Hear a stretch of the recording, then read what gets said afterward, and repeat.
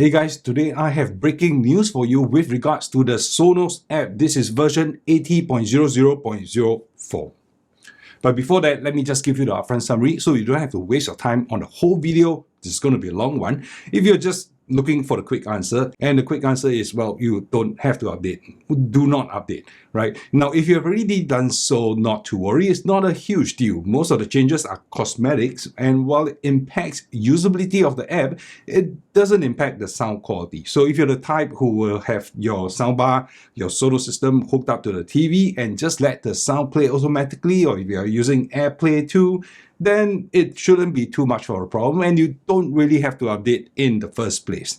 Now, other than the change in the app icon itself, now the app icon looks like that, it's black with white wording, just a Sonos word, very strong branding, very strong faith in the name actually for them to do that. Now, there isn't any other changes that you'll notice right up front at first glance. Now, note, this is just an app update. So if you launch the S2 app, the one with the 10 color logo, you search for an update, you won't actually find it in the S2 app itself. This is not a firmware update. Now, if you go to the App Store and you try to update the app, you might find a handful of recent reviews and all of them are negative, just a handful of them, 3 or 4 at last count. The app scores pretty high, 4.7, but that's the cumulative score over the years since 2020 when the S2 app was launched. So this new version, there's quite a lot of online flag for Sonos when it comes to the usability. Now, I'd like to bring up one point here, and that this Sonos S2 app itself, it doesn't mandate an update to the firmware. So you'll just be upgrading the app, not the firmware version, which for me, it remains at 16.1.1. So we can be sure that in the coming weeks, the firmware version will also jump to 80.00. 0.04, I don't know. I'm not sure if it's just me. Is your firmware updated? Do let me know if yours is updated, because on the Sonos update page, it seems to imply that the firmware version is also updated, but I don't have a new firmware version. Now, if you have some time to spend on this video, I'd like to take you on a detailed analysis of the Sonos 80.0 app. Now, the good, the bad, and what hasn't changed. So we've been running on the steady stream of firmware version 12.x, 13.x, blah, blah, blah, until last week, 16.1.1. So why the jump to version 80? This is like the biggest version number I've ever seen in any consumer app. This is a huge number jump. Now, I understand Sonos' rationale to align the app version with the firmware version, but it was kind of already aligned before, wasn't it? It's just 16.1.1, it's the same, right? And if they wanted to align it, why not 20.0? Why 80.0? Now, if you have an answer for that, do share that with me in the comment section down below. So before we go on to discuss about the new app, let me share with you my latest poll result. Now, I posted on a community page to ask how your experience was with the new update. And if you haven't updated the app, I also like to know how many have not updated the app. So here are the results, and this is as of I last checked. So if you go to the community poll right now and you enter your poll, the results and the split might have changed a little since I last checked. And I wanted to compare this against the previous updates on the 16.1 and 16.1.1.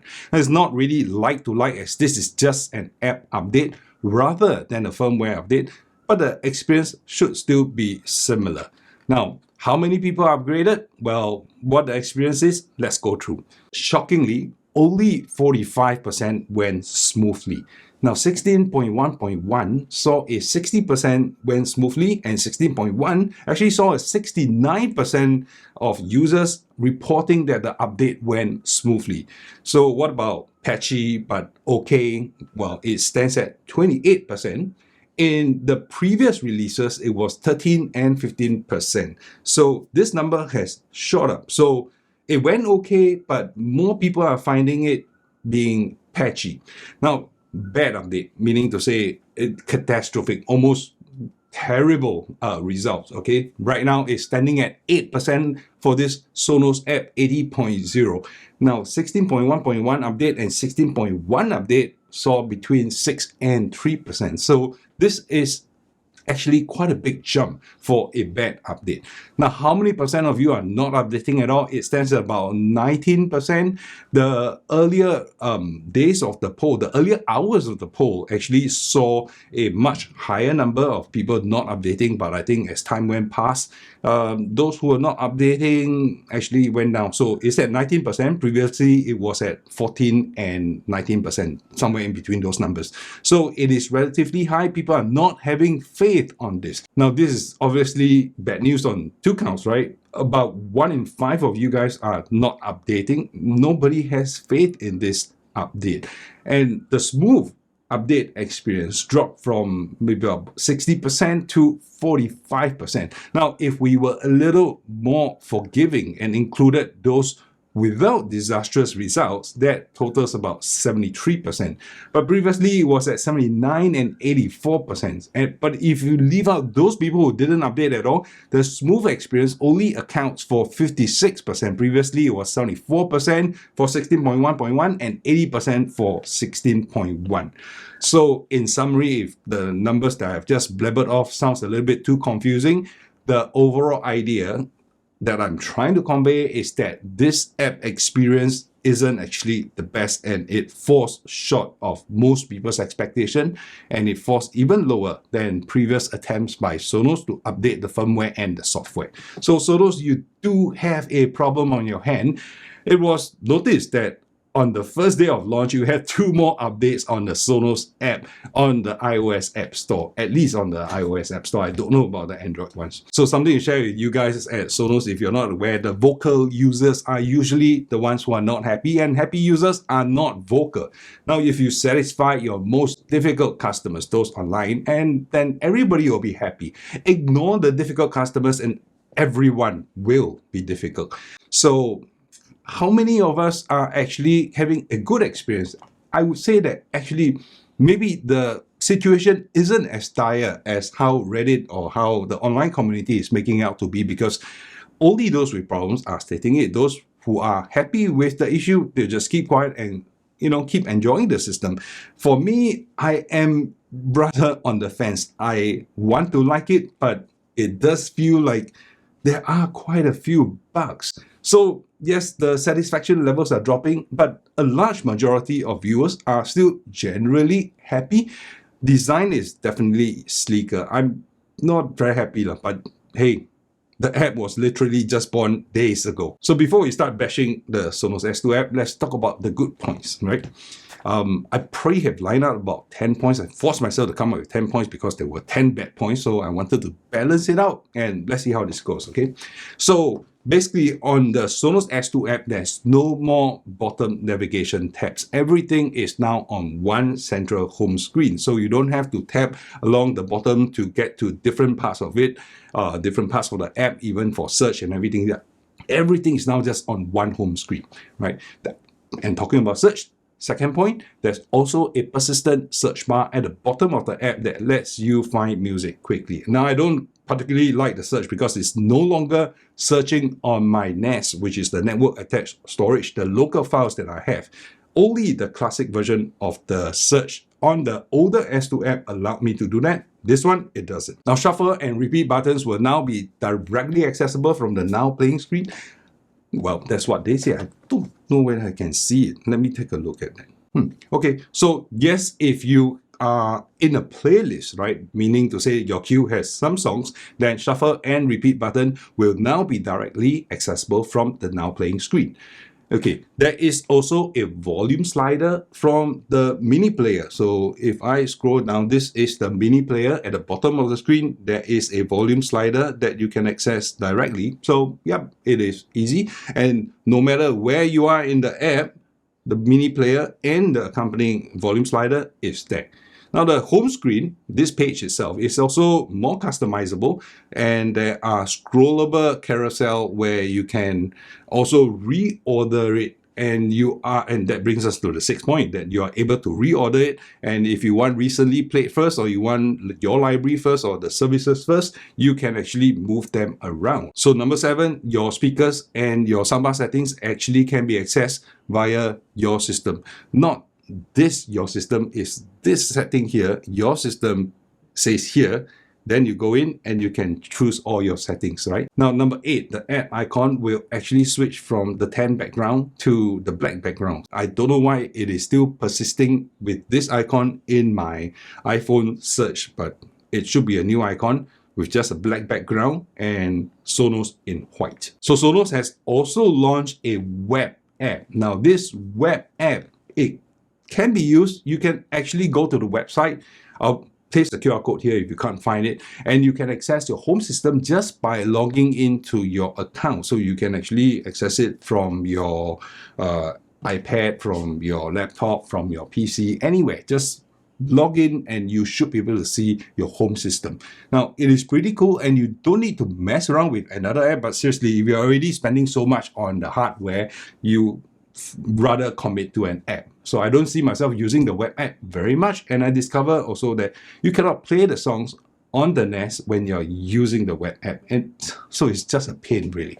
Now, the last point number 10, the good part about this app update is that the mini player is now at the bottom of the screen. So this is the mini player. It is player-centric, right? So you can access it from anywhere, even if you're in settings, even if you are just browsing around. So anywhere it is there. The color of the background, actually it changes with the album art. So this is quite a neat visual trick. These are the 10 things that I've managed to squeeze out of my head. Now, there could be a few more changes, but nothing stands out to me immediately. Some of the changes I thought it could be new, but I'm not so sure it's new anymore. So the changes are probably a little bit subtle other than the couple that I've mentioned.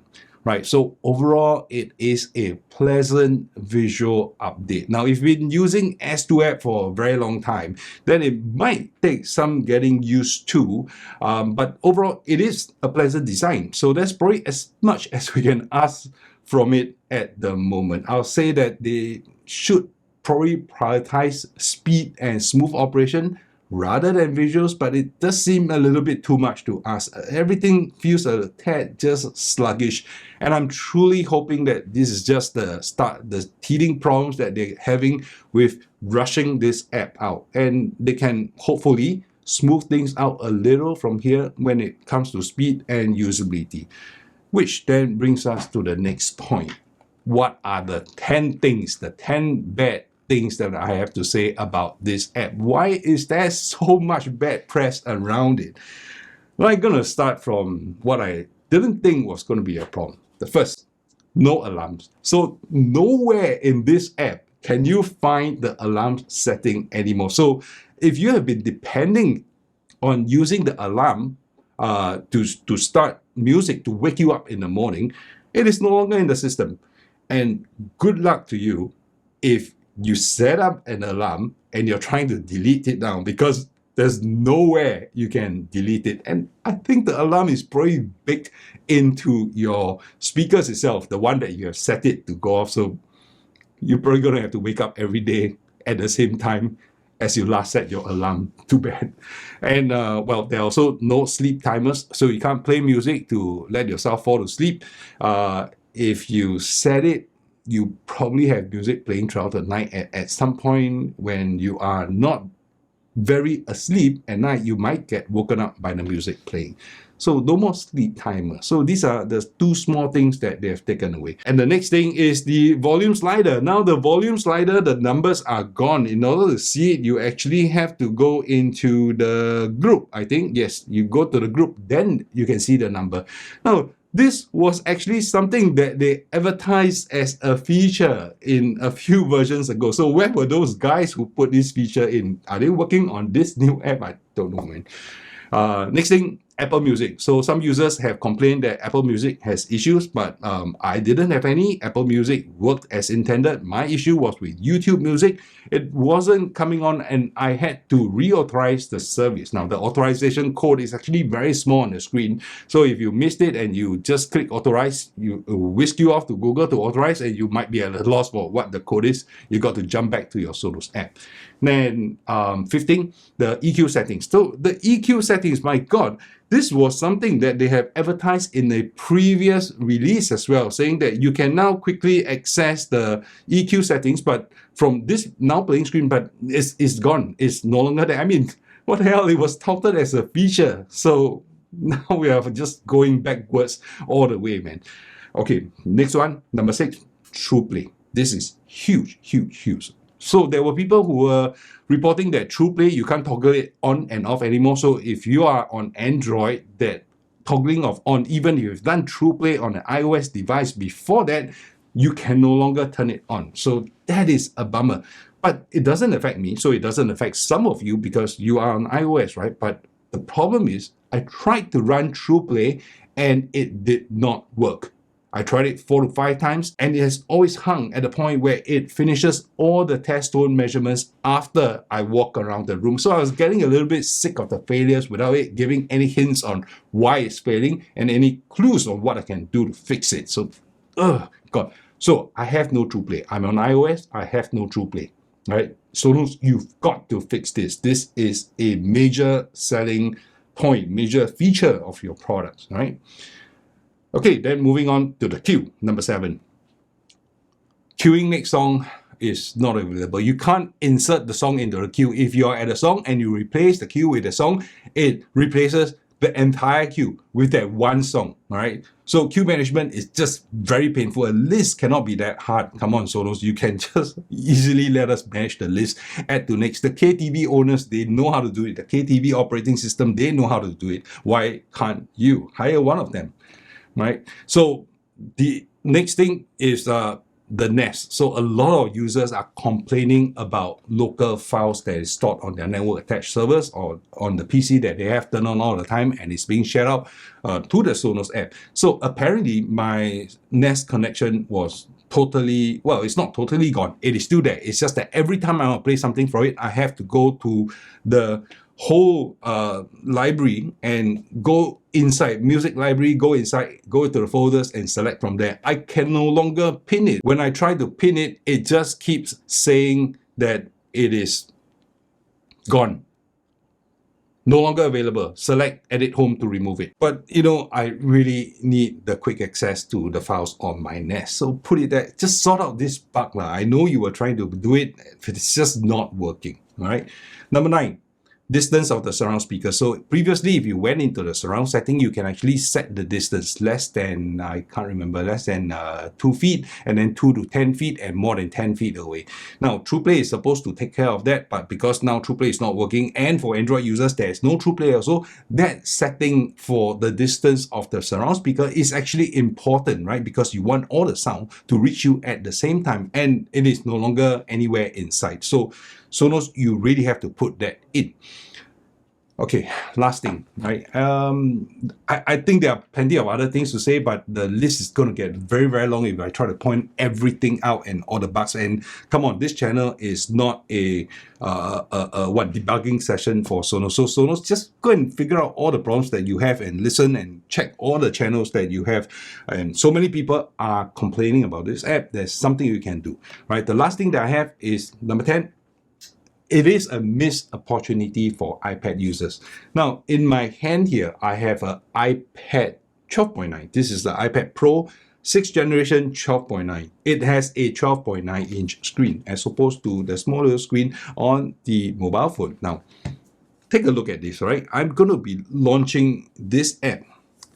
This is the updated Sonos app. So if you look at the difference between these two, I'm not sure if it's showing up well, but yeah, there's no difference, except that this screen here is so much bigger, but all they are doing is to just allow the carousel longer. So there's a lot of dead space here, a lot of wasted space here.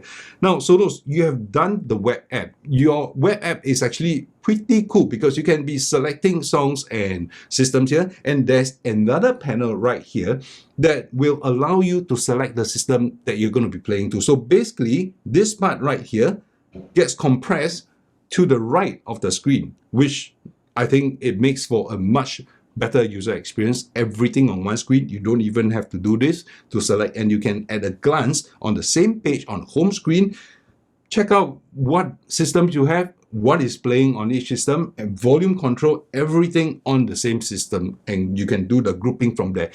It is really a wasted opportunity. So the Sonos guys, they got lazy and they came up with an iPad app that misses the opportunity to take advantage of the large amount of real estate that you have on an iPad. So this is truly a miss and a very lazy way to implement an iPad app that should be distinct from a smaller screen app.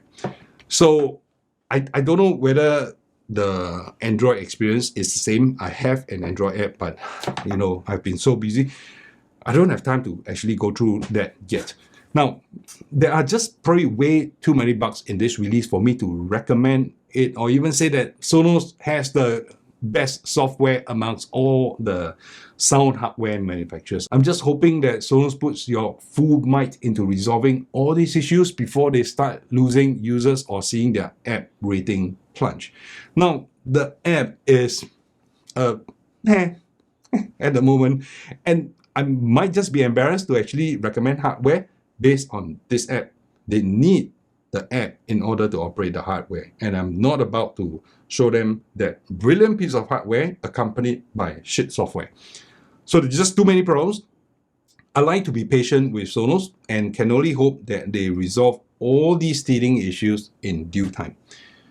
Okay, I've done enough complaining. I just want to talk about what hasn't changed. So the good thing is that, well, sound quality hasn't changed as expected, since this is just an app update and not a physical hardware update to the speakers itself. The fact that the sound quality hasn't changed is expected and is a good thing. I can't imagine saying that is a good thing when it's expected not to change and expected not to deteriorate. If anything, we expect it to get better, but never mind that. So is this app for a new product launch that is around the corner? I don't actually see any clues at all in this app update.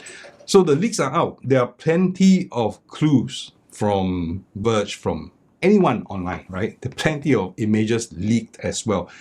I can neither confirm nor deny that, so I won't say anything. I'm just trying to be faithful to Sonos and not divulge anything. But the leaks are out, and there is one clue, and this clue is from Sonos themselves. Now, if you go to this website address, right, let's just type it out in full, right, so that you can access it.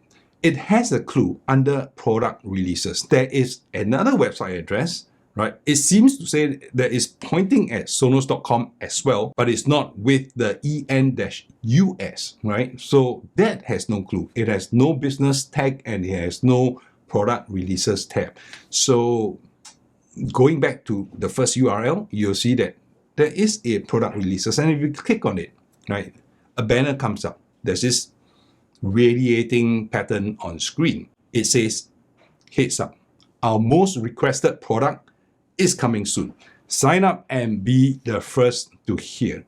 Now, if you look at the graphics, if you play back in slow motion and stare at it for 30 minutes, the image of a headphone will pop up.